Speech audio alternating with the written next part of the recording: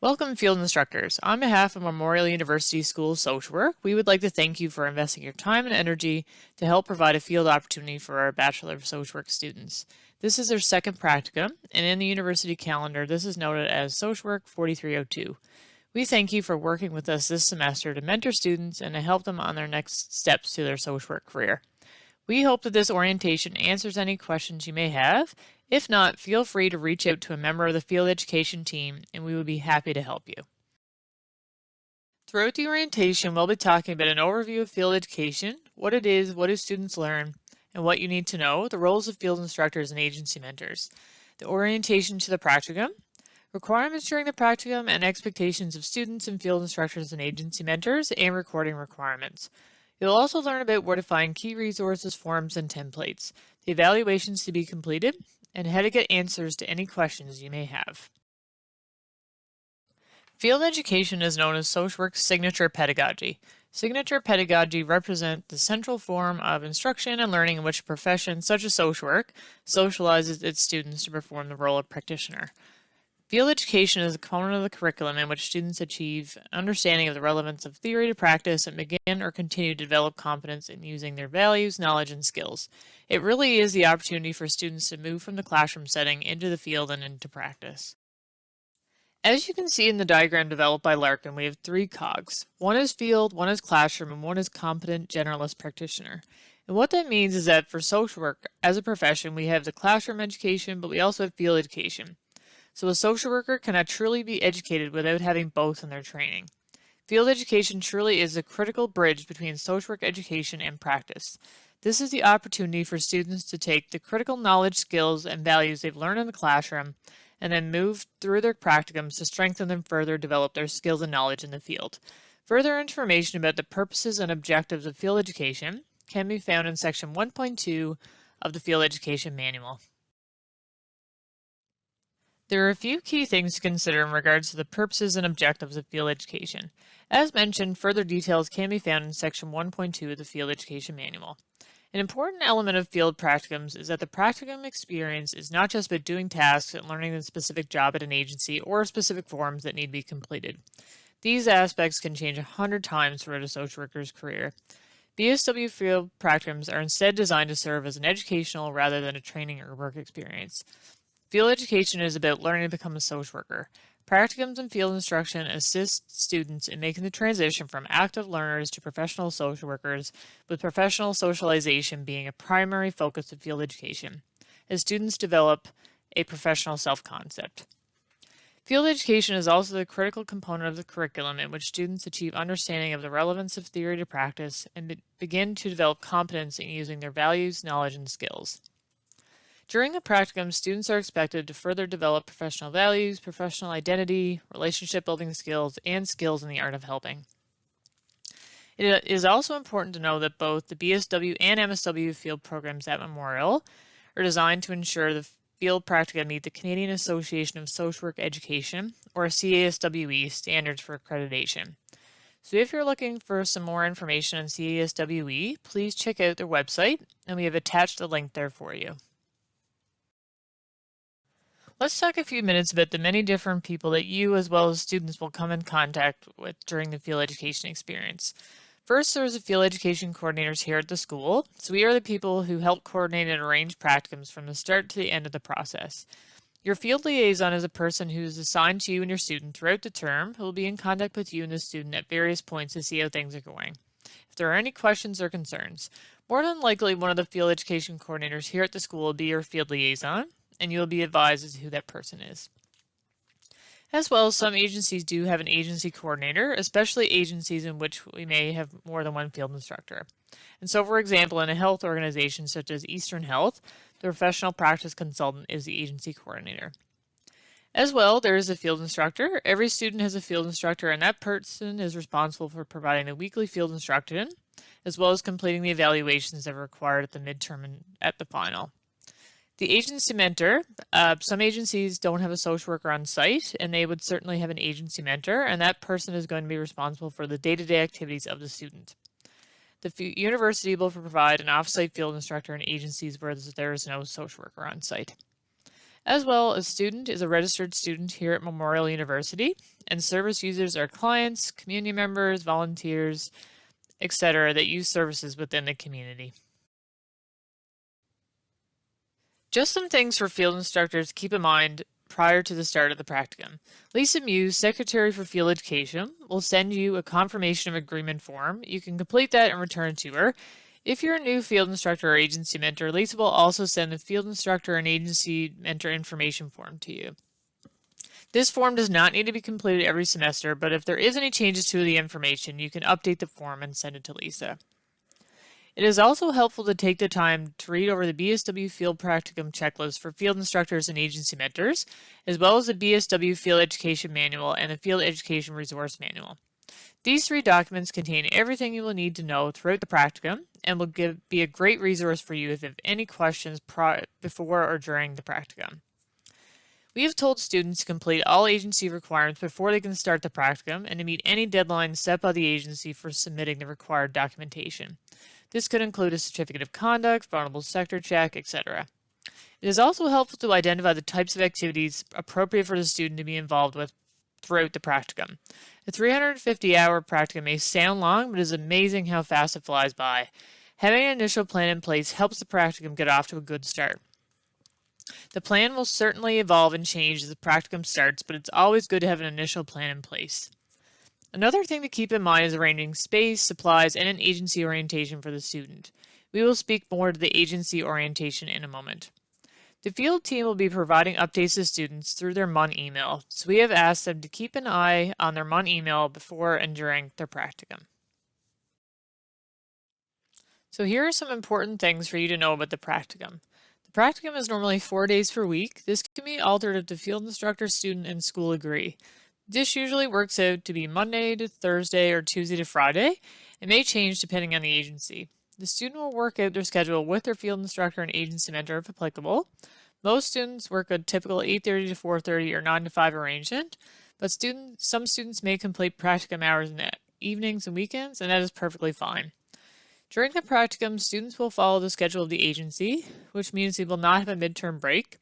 To meet accreditation standards, students must complete 350 hours during each of their practicums.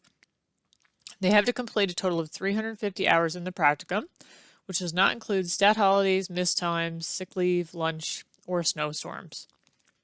If students are away from their practicum for more than a week, then they should inform their field liaison of their absence.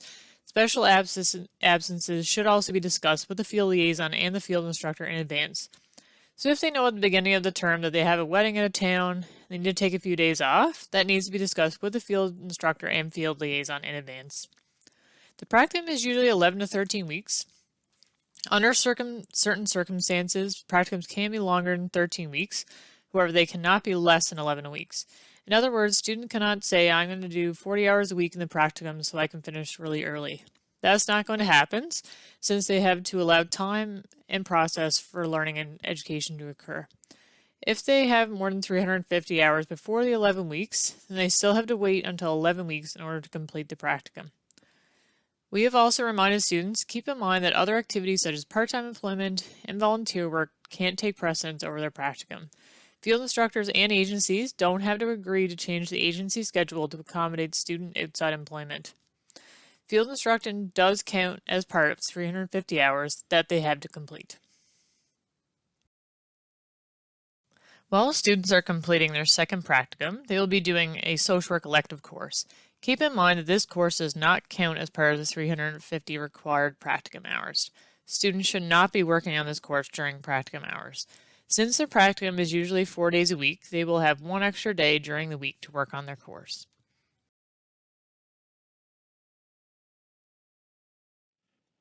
Students need to know a lot of information, especially on their first day, and as you well know, they can be quite anxious when they are first starting out. So some of the things we have laid out on the slide are basic things that we think would be helpful for you to be able to discuss with your student at the beginning of their practicum. The first thing would be to provide them with some information about the agency and the setting. Things such as where do they park their car, what door do they come into, where are the hours of lunch, can they have lunch there, where do they eat lunch, what office or workstation will they be working in, all those things. Just some basic things like that that you can think of. Some agencies may have a checklist that students need to know or do. If that is available, it would be helpful for the student to have. In some larger organizations, some students may also have an orientation students may need to attend, or learning modules they may need to complete. The student will also need to know the key contact people they need to meet with and be familiar with in the agency. So that could be your reception administration staff, supervisors, other staff that we be working with, as well as volunteers. Students having access to an organizational chart, if available, can also be very helpful. Safety is a key component of any orientation. Most agencies will have some formal processes in place around fire and safety and those sorts of things. It is important for students to be aware of this information and what to do in an emergency situation. What to do if there is a fire or in a medical emergency or a situation such as violence. It is also important for students to become familiar with agency policies. Some agencies may have formal agency policy manual. It's important for students to be able to go through it and take a look at it. We've suggested to students to jot down any questions they may have questions about. It is completely understandable that they're not going to be familiar with everything after looking at a policy manual, but they also may be able to look at some things, write down some questions, and then it may have more relevance for them later on in the placement. Agency etiquette is also very important for students to know. What is the dress code? What's appropriate to say when they answer the phone? What's the appropriate response to clients on certain questions? So all those kinds of things. Visiting relevant agency partners is a helpful part of the student's orientation process to an agency. Students can complete these visits where possible with prior approval from their field instructor and agency mentor. There's no minimum number of agencies to visit. In the past, we've had students say to us, oh, it says somewhere that we have to go to 10 agencies. That's not true, but what is the case is that they need to discuss with their field instructor and agency mentor when they are doing their learning contract is what agencies are most appropriate and relevant for them to find more information about. What agencies are relevant to the work of the agency, the population of the agency, what agencies do you refer to or work closely with? Some agencies may provide an on-site agency visit, while others may provide more of an information session virtually. Now we're going to talk about student requirements during the field practicum. Please refer to the BSW Field Manual for further details. All practicum students have to complete learning tasks number 1 as described in the BSW Field Manual under section 2.6.2b. Students will do number 1 plus one other learning task as described in the manual, either number 2 or number 3, depending on the type of practicum they are completing. What are the learning tasks from number 1? First off, all students have to do one verbal presentation to the field agency, and that could just be the field instructor and agency mentor, or could include the staff team, executive director, could be volunteers, could be community partners, could be a board of directors. The presentation is something we often get questions about from students and field instructors. There is a lot of flexibility with the topic of the presentation, so students and field instructors can be creative, not only to meet the students' learning goals, but to meet a need of the agency as well. It has to be at least 20 minutes in length, and you and the student will agree on what that topic is going to be. Many times the field instructor or agency mentor or another member of the team may have some items that have been sitting on the side of their desk that they haven't been able to get to. These pieces of work are often great learning for a student. If students are completing a project, researching a topic, or a policy for the agency, that can also be the topic of their presentation, so keep that in mind. For example, if students are doing research on trauma-informed practice, then they can do a presentation to their team about trauma-informed practice. Or if students are doing an environmental scan of what similar agencies are doing nationally, then they can present their findings. Some students have also planned team-building activities and ran those activities for the team.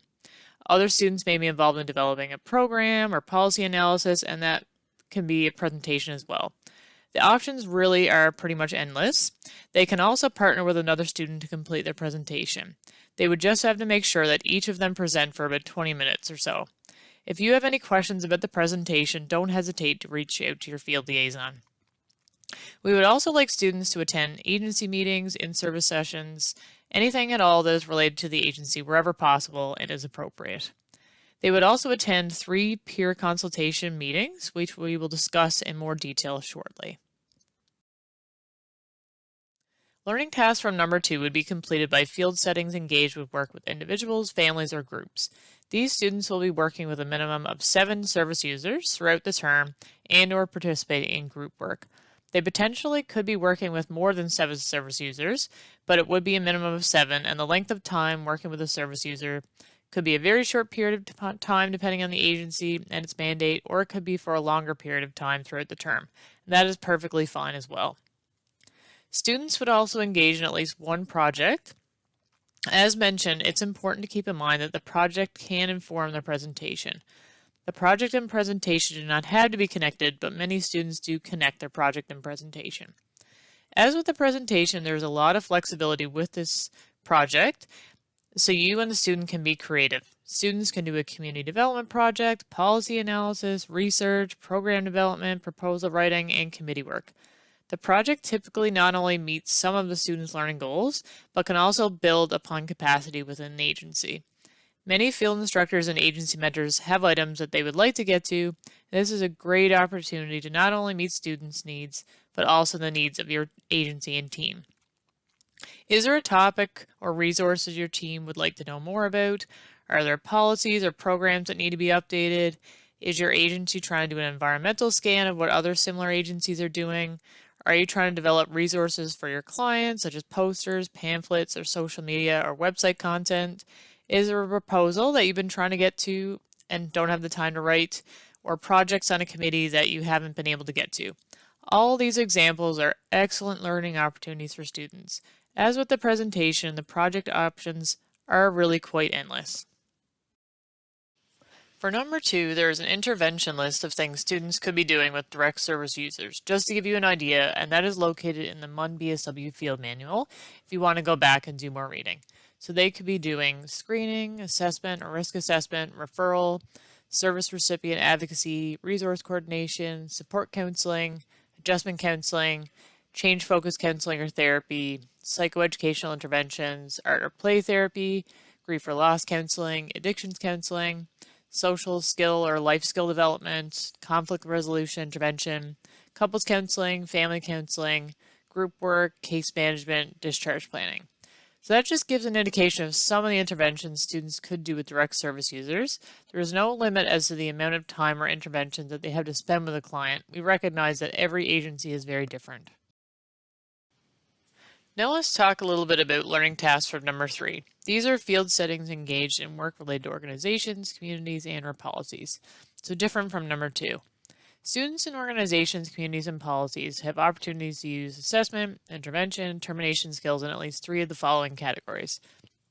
It could be program or event planning, marketing and implementation, program or event evaluation, small group work, team or committee or board work, task force or advocacy group involvement, coalition formulation and maintenance, meso or macro level advocacy, community analysis, community organizing, needs assessment, leadership development, staff development, policy analysis, development and management, issue analysis, organizational assessment and development, networking, social policy research, financial resource development, plan change techniques, resource development, public education, presentations.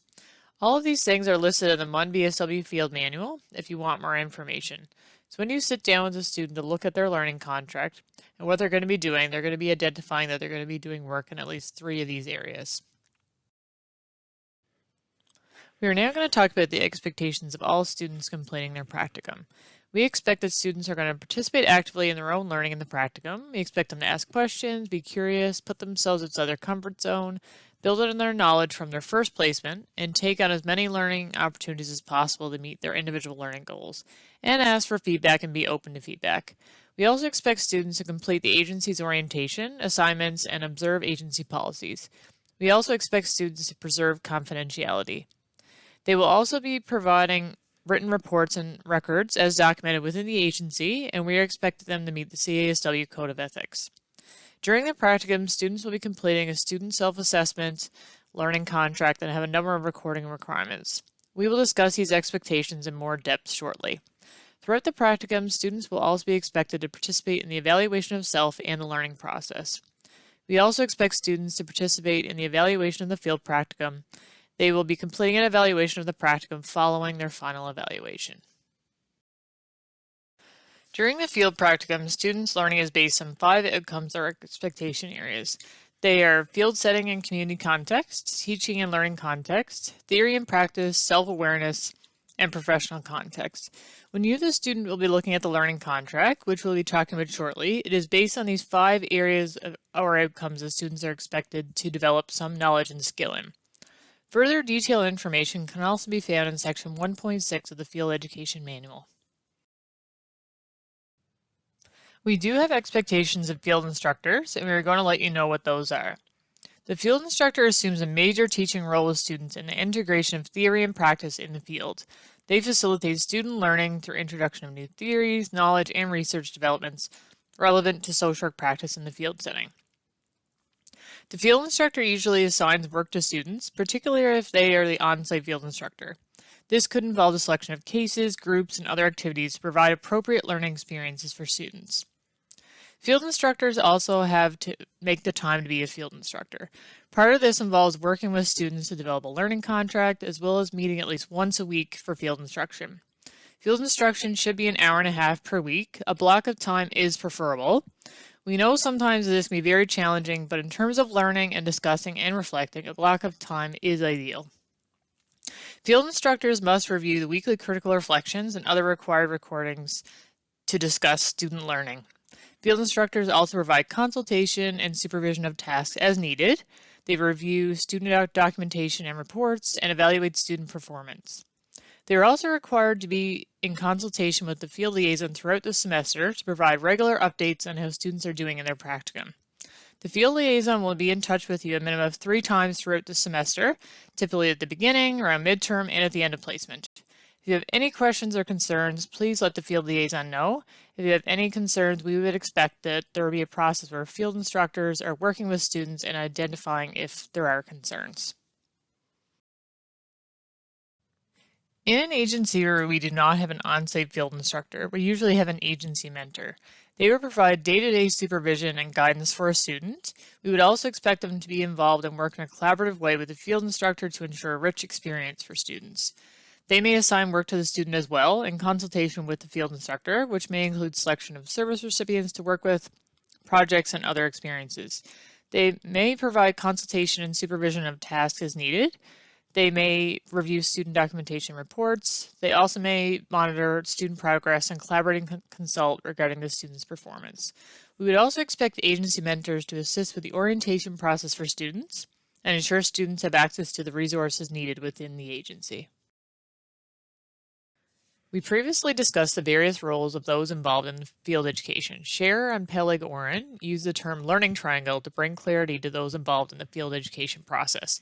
The learning triangle was elaborated on by Larkin to create a visual similar to that on the slide. On this slide is a Venn diagram with 3 overlapping circles. One circle is the university, with roles such as field education coordinator and field liaison. Another circle is the student, and the other circle is the agency, with roles of field instructor and agency mentor if applicable.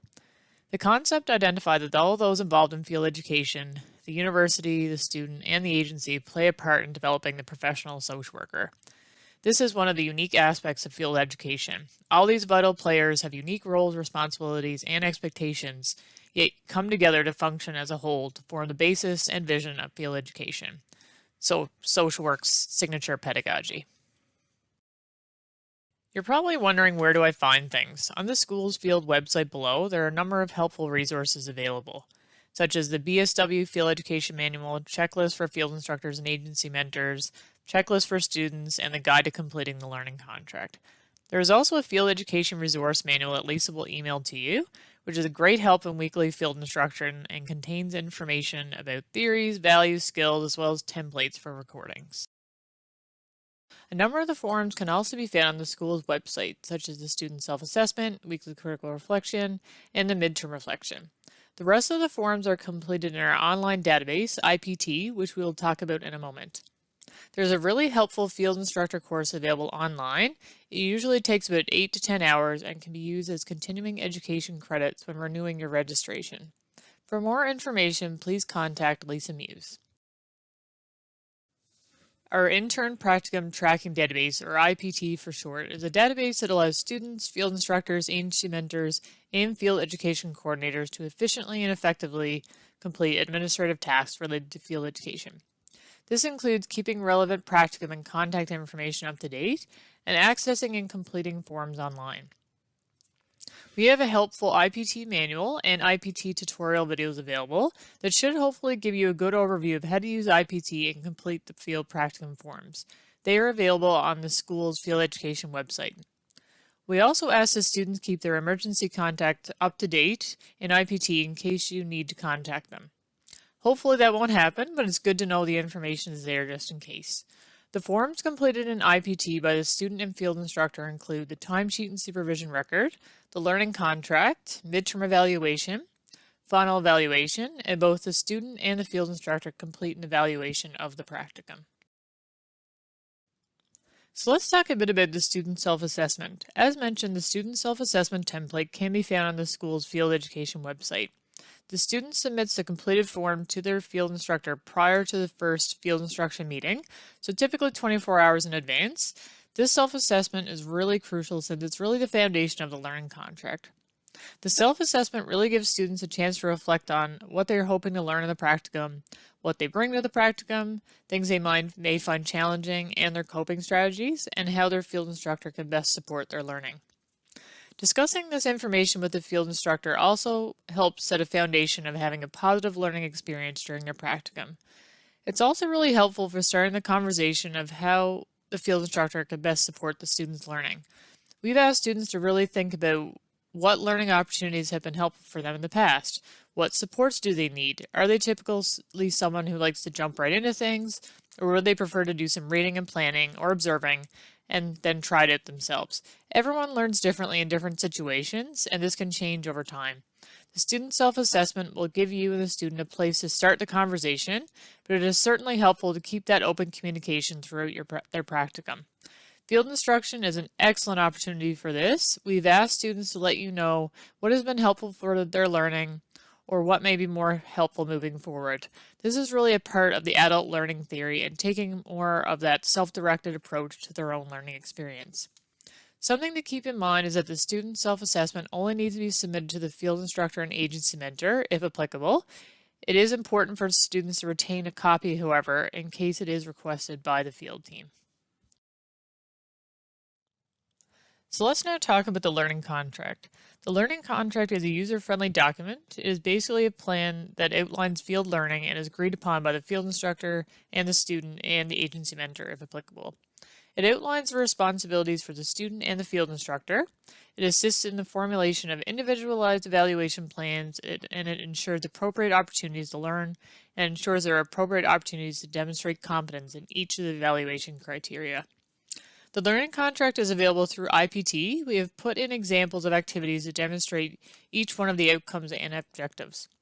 Students can leave it as is if it meets everything they need, or you and the student can add in additional activities in the additional learning activities section. We have said to students that it is helpful to push themselves to come up with additional learning activities. These could be specific to the client population they are working with, the agency, or their own personal learning goals. As you will see in IPT, the learning contract also contains the midterm and final evaluations. So at the end of the practicum, students can look back at the learning contract and it will give a great overview of what they learned and how they did throughout the term. As previously mentioned, there is a guide to completing the learning contract on the field education website. So now let's talk a bit about recording expectations during the term. Clarification of these recordings can be found under section 2.10 of the BSW Field Manual. We will also provide further information regarding these recording expectations on other slides. We will discuss the timesheet and supervision record, the daily log, the weekly critical reflections, other field notes or reports as required, as well as the minimum of 6 examples of service recipient work that will be evaluated by the field instructor. The first type of recording students must do on their practicum is their timesheet and supervision record, which is found in IPT. Additional information regarding IPT can be found in the BSW IPT manual, which is found on the field education website. Here's an example of what the timesheet and supervision record looks like in IPT. We've asked students to follow the directions carefully. They will be recording their time in their practicum as well as their supervision time with their field instructor each week. As noted in IPT, in the hours of practice rows, students record the total number of hours they were at their practicum each day. In the hours of supervision rows, students record the number of hours they received field instruction each week. Students should have a minimum of 1.5 hours of dedicated field instruction time per week. They do not need to record informal daily supervision, only their weekly field instruction block. Their hours of supervision should already be counted in their hours of practice so they don't count twice. Students keep track of their hours. At the midterm and final, the timesheet and supervision record are electronically signed in IPT by the student, field instructor, or field instructors, and the agency mentor if applicable. Students are expected to keep a daily log during their practicum. Daily logs are designed to assist students in tracking their activities on a daily basis. They are also quite helpful during field instruction. There is no set format for a daily log. However, students often use an electronic calendar or diary such as Outlook Calendar or may use a written daily planner. Students can discuss their preferred format for the daily log with their field instructor and agency mentor, if applicable. The daily logs are only viewed by the field instructor and agency mentor, except in exceptional circumstances where the field liaison would have access. Now let's talk about the weekly critical reflections, which is really the basis of field instruction. Each week, students will complete a weekly critical reflection. Reflective practice is an essential aspect of good social work practice. The weekly critical reflection is intended to provide students with opportunities to engage in and develop good habits in reflective practice, opportunities to define their professional development and learning needs in an open, candid, and self-analytical manner. Also, through reviewing the weekly critical reflections, they provide field instructors and agency mentors with guidance in reference to student learning needs and professional development. That is why it is important for students to give the field instructor plenty of time to review the material. We've let students know that if they give it to you right before the session, it's not going to be particularly helpful for them during field instruction because field instructors need time to reflect upon the comments that students have made as well. Students can work out an arrangement with you, but we usually recommend students provide the field instructor with the weekly critical reflection 24 hours in advance of field instruction. The weekly critical reflections only need to be submitted to the field instructor and agency mentor if applicable. It is important for students to keep copies of them, however, in case the field team requests a copy of them. A template of a weekly critical reflection tool is available on the field education website. You and the student will also find the Field Education Resource Manual that Lisa Muse will email to you. It's going to be a big help when it comes to students completing their weekly critical reflections. The Field Education Resource Manual can also be helpful during field instruction sessions as it contains a lot of helpful information for you and the student. There is flexibility with the weekly critical reflections. There are various critical reflection tools out there, and you and the student can alter the weekly critical reflections to best meet student learning needs. You and the student may also focus on some areas of critical reflection more one week than others, or may wish to alter the questions to strengthen their critical reflection skills. As a field instructor, you may also have additional reflection questions you may want to share with the student, or the student may want to try out a particular model of reflection. In regards to the content of weekly critical reflection, some important things for students to consider and questions to ask themselves in their weekly critical reflection may include so it might be the summary of student learning. What did you learn the past week about your agency, service recipients? What did you learn about the role and the roles of others in the field setting or community? Students will also want to incorporate a description and examples of theory, values, knowledge, interventions, and skills used. When did you integrate the code of ethics into your practice? When did you use social work skills or interprofessional skills? When did you demonstrate knowledge and skills in collegial or collaborative practice? What social work interventions did you use? What interprofessional interventions did you use? What theories did you use in their practice? What theories may you use moving forward? Did anything conflict with your personal values? What did you learn about the agency's values? Students will also want to consider the strengths demonstrated by and challenges encountered in relation to any aspect of activities or tasks. So, are there things that you believe you did well this week? Are there things you are happy about, proud of? Are there challenges that you faced? Are there things you may want to do differently in the future? Are there things you want to learn more about? What were their feelings, impressions, and personal reactions to any aspects of activities or tasks? Was there anything that made you uncomfortable? Was there anything that challenged you? How did a certain situation make you feel? Why did you feel that way? How do you think it made the other person feel? Are there certain situations or people you think about? Anything that keeps you up at night or you can't turn off at the end of the day? What moments were happy for you? Anything confusing? They'll also want to reflect on political and structural factors and power dynamics, such as what political, structural, or systemic factors or barriers influence service recipients, the field setting, your practice. Were there any themes or concerns or issues that individuals face? What power dynamics did you notice? They'll also want to make note of any developments and insights into self-awareness. What did you learn about yourself this past week? Where does my knowledge come from? What did you learn from a certain situation? What do I know now that I didn't know before? What impact did I have on a certain situation, and what impact did it have on me? What did you realize you don't know, or what you need to learn more about? In addition, it is important for students to have questions for the field instructor and agency mentor if applicable, and points for discussion for the upcoming field instruction session. Any of the points above are excellent pieces to discuss during field instruction. Students may also wish to explore other questions and bring up various other discussion points, such as any immediate or crisis situations you would like to address, what additional learning opportunities you would like to try, did you encounter any ethical dilemmas this past week, what aspect of learning content did you want to discuss. So it's pretty much endless. Many students find a weekly critical reflection template to meet their needs, but as you can see, the types of critical reflection questions really are endless. The main thing is that the students are challenging themselves in the vital skill of critical reflection and providing a weekly written piece of work to their field instructor. At most agency settings, students will be required by field settings to complete agency documentation such as field setting notes or reports. These pieces of documentation would be placed on the service recipient or other agency files and would follow the agency stipulated format. We have asked students to keep some important things in mind. Agency documentation is the property of the field setting. Agency documentation focuses on the delivery of service and tends to be written in a summary style, whereas other types of recordings focus more on highlighting and enhancing student development. Agency documentation must be read and signed by field instructors and agency mentors for legal purposes. Also, review by field instructors and agency mentors assist students in developing a professional social work writing style appropriate for agency and organization records and other written communications, such as reports, letters, memos, or minutes. Whether or not required by the field setting, students may include a limited number of field setting pieces of documentation in the required 6 examples of service recipient work.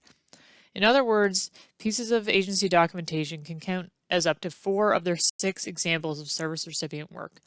If they use the agency documentation as one or more of their examples of service recipient work, it is still important for them to engage in critical reflection as part of that process, such as during field instruction with their field instructor.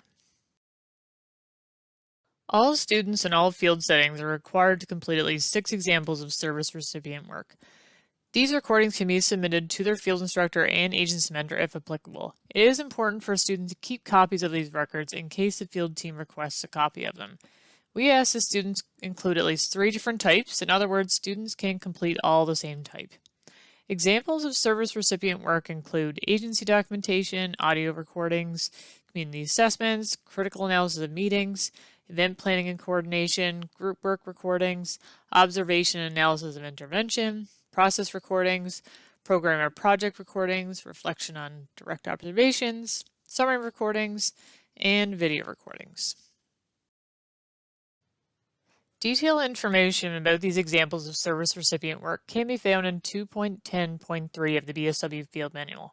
Templates can also be found in the Field Education Resource Manual. As with the weekly critical reflections, these are only templates and can be adjusted to best meet student learning needs. The main thing is that the students are practicing the essential social work skill of critical reflection. Students may find other templates that work better to meet their needs or the situation they are critically reflecting on. Or you and the student may develop a template that works for the both of you. Also, we remind students to please not leave these recordings until the end of the practicum. It's best to try to aim to get half of them done before the midterm and the other half following the midterm. Students will be very stressed if they have to submit 6 at the end. Also, the other piece is that they are part of the learning process, so students need to get that feedback, the opportunity to work on them, and improve their skills and knowledge. Throughout the practicum, students will need to attend 3 peer consultation meetings in person or through technology such as through Skype, WebEx, Zoom, or by phone. They will be assigned to peer consultation groups by the field education coordinators. There may be students from a similar setting as their own, or there may be other students from different settings. Groups may vary in size, but are usually around 6 to 8 students.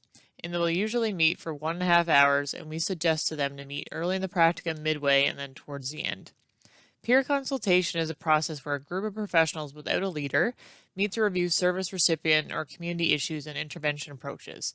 The peer consultation sessions provide students with the opportunity to consult with each other about field practicum practice.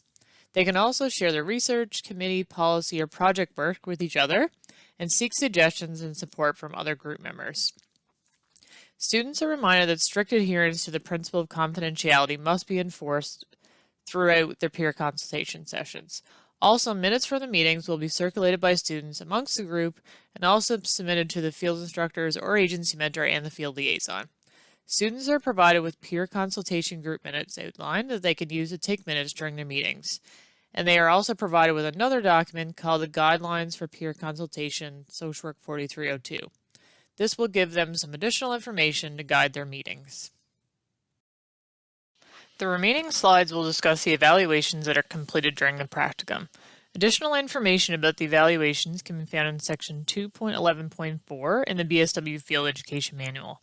These evaluations include the midterm evaluation of the student, the final evaluation of the student, and the field instructor and agency mentor evaluation of the field practicum. So let's just talk a little bit more about the evaluations of the student. Evaluation is one of those words for a lot of people that starts an anxiety process, and students are no exception to that. Students are often very anxious about the evaluation, and they want to know that they are doing okay and as well where they need to improve. It's also important to remember that the evaluation starts with a learning contract, so it actually does start with their first week of the agency. Although the midterm and the final are the formal evaluation periods, evaluation is meant to be an ongoing process. We have let students know that completing their weekly critical reflections are an excellent time to reflect on their own progress. Weekly field instruction sessions are also a great time for the student and field instructor to check in and for students to get feedback on their strengths, areas they can grow, and where they are in this practicum process. Ideally, any feedback at the midterm and final evaluation shouldn't be a surprise if the student, field instructor, and agency mentor are engaged in open communication throughout the practicum. We've mentioned to students that it also really comes back to them approaching the practicum as an adult learner, engaging in their own critical reflection, seeing where they are with the learning contract, strengthening their self-awareness, and asking and being open to feedback, not just from their field instructor, but from other team members as well. We will get into the midterm and final evaluation processes in the following slides. However, it is important to know that the field instructor is responsible for writing the evaluation. Evaluation for both the midterm and final evaluation are based on a number of factors. It's based on the student self-assessment form that students do in the beginning, their learning contract, student daily logs, weekly critical reflections, and other required recordings, and agency documentation that they do. It could be their midterm reflection. We also look at the School of Social Work Suitability Policy. If you're not familiar with that policy, you can go check it out at the Field Education webpage. It also involves student performance, so how are they doing? Agency feedback, which could come from other team members, volunteers, and possibly even clients, and as well as the SCWK Code of Ethics. As a field instructor, you possess a lot of great skills and knowledge, including assessment and intervention skills, knowledge of the practice area, critical thinking skills, and critical reflection skills. All of these skills and knowledge that you possess will aid you in the evaluation process of the student. Let's talk a bit about the rating scale that we use on the midterm and final evaluation. As you know with the learning contract, the midterm and final is all built in. It is a living document that we use, and it is the one document that has everything in it, the learning contract, the midterm, and the final.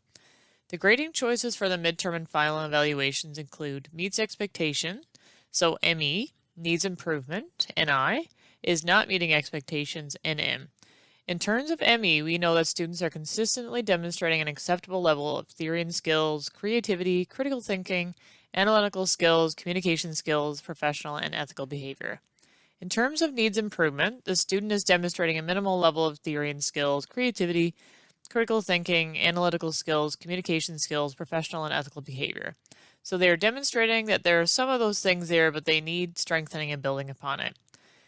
Basically, with not meeting expectation, the student is failing to demonstrate a minimal level of theory and skills, creativity, critical thinking, analytical skills, communication skills, professional and ethical behavior. As well, we asked field instructors to provide qualitative feedback on student performance in the comment and summary sections of the midterm and final evaluation. This could include their strengths and areas for further development and future learning.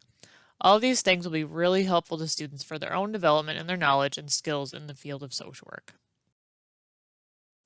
First, we'll be talking about the midterm evaluation. The midterm typically occurs at about week 6 of the practicum, so about the halfway point. The midterm evaluation is completed by the field instructor, typically in consultation with other team members, whether that be an agency mentor, volunteers, or clients if appropriate. The midterm evaluation will summarize the student's activities in the practicum, the student's strengths and areas for improvement, general level of student competence in regards to social work values, knowledge, and skills at that point of evaluation, plans for student activities and emphasis from the midterm to the end of the practicum, as well as students' needs for learning and development and requisite learning opportunities. Prior to the midterm evaluation, students are required to complete the midterm reflection, which can be found on the field education website. Students are required to submit this to their field instructor, typically about 1 week prior to the midterm evaluation meeting. The field instructor and agency mentor, if applicable, completes a draft and the midterm evaluation using the learning contract. A formal evaluation takes place, usually during a regularly scheduled field instruction session. This would include the field instructor and student and the agency mentor, if applicable. We usually recommend field instructors provide students with a draft of the evaluation 24 hours in advance of this meeting to give students the opportunity to reflect on the evaluation. Following the meeting, the field instructor would finalize the evaluation in IPT, and the student, field instructor, and agency mentor then electronically sign the evaluation in IPT. The midterm evaluation normally goes smoothly. However, every so often there are challenges for some students. So if at midterm you know the student is at risk of failing or there are struggles happening for the student, it must be acknowledged on the form in the appropriate section. The field instructor would clearly document them and discuss them with the student. The student has to be aware and sign. As well, the field liaison would also be aware, as this really indicates the needs for additional involvement with the field liaison, the field instructor, and the student. More than likely, the field liaison would then meet with the student and the field instructor. We would talk about any particular challenges and develop a plan together to try to overcome those challenges during the remainder of the practicum. This meeting is really crucial. The student needs to be aware of what the expectations are and what needs to be done. As well, we may also have to look at additional supports for the student outside of the agency itself. Maybe there are some issues that the student needs to address, and that has to happen outside of the agency. So the final evaluation obviously occurs at the end of the practicum, typically during the last week. The process for the final evaluation is similar to the midterm evaluation. So the field instructor would write up a draft of the final evaluation and to provide the student with some time to review it, often 24 hours in advance. The field instructor and student would then meet to discuss the final evaluation, typically during the final field instruction session. Usually when writing the evaluation, the field instructor seeks additional input from the agency mentor, other team members, volunteers, and possibly even clients. If the student has an agency mentor, the agency mentor would typically be present during the evaluation meeting as well. Although students are not expected to complete a reflection similar to the midterm reflection, students should come to this meeting prepared to discuss their progress in the 5 outcome areas. The evaluation doesn't need to be too lengthy. However, some questions the final evaluation usually address include: were all the goals met? Has the student completed the minimum expected outcomes? What are the final thoughts about the student and the practicum experience? What are the student's strengths? What are areas for future professional development? The evaluation may also address the student's suitability for the profession. Following the final evaluation meeting, the final evaluation must be signed and dated electronically in IPT by the student, field instructor, and agency mentor if applicable. It is also important to keep in mind that many field instructors often use a final evaluation as a foundation for future professional references. So there is an evaluation of the agency and the field instructor as well. Verbal feedback is provided by the student during the practicum, but the student has an opportunity to complete an evaluation form after the final evaluation of the student is submitted. It is only shared with the field instructor if the student agrees, unless the CASW Code of Ethics is breached. If the code is breached, the concerns must be addressed to the field liaison and through the agency. At the end of the practicum, the field instructor or agency mentor will also have an opportunity to do an evaluation of the field practicum, and this will be completed in IPT. And this provides us with vital information about your feedback and experiences throughout the practicum, and we certainly appreciate any feedback that you provide. Throughout the practicum, we have asked students to be aware of the COVID-19 protocols at their agency, as well as abide by current public health guidelines. Students have also been asked to be aware of agency policies and procedures to become familiar with them and understand what they mean. CASW stresses the importance of confidentiality when working with clients. We have asked students to be respectful of confidential client information and handle it appropriately. We also ask that students be familiar with the social media policy and guidelines for social work students. Social media was never an issue years ago, but it certainly is now. So we have asked them to become familiar with the social media policy and take a look at their own social media and whatever they have out there in the World Wide Web and see whether or not it is appropriate. Private cell phone usage at the agency should not be occurring. We have asked students to keep in mind that if they wish to look at apps, check social media, or check personal email, etc., that should be done during their break time. We have also asked students to keep boundaries in mind and to think about what the Code of Ethics says in relation to boundaries. We've asked them to discuss any questions they may have about boundaries with their field instructor, staff at the agency, or their field liaison. It is important that students are dressed appropriately when they are at the agency. We've asked them to take the lead from their field instructor and from other agency staff. We've also asked if they're not going to be at the agency, that they please make sure they let their field instructor know and any appropriate staff that they have designated. We recognize as well that incidences occur in the community and that media may be interested. So we have stressed to students that their role as a student is to learn about the knowledge and skills that are required to be a successful social worker. Any media requests that they become aware of, they are to refer back to the agency and to the field instructor. They've been made aware of that it is not their job to discuss situations with the media. As well, this completely ties into the whole confidentiality policy through CASW, so we have asked them to be very mindful of these factors. We have reached the end of the orientation. Thank you for taking the time to listen in. We hope that it was helpful. I'm sure there is something we have missed or topics you have additional questions about. And if you have any further questions, certainly do not hesitate to reach out to a member of the field education team. Lisa Muse is our person, our administrative assistant who knows all, so please don't hesitate to contact her. She'll be able to find out the answer for you or direct you to one of the field education coordinators, and we'll be able to help you. Thank you again.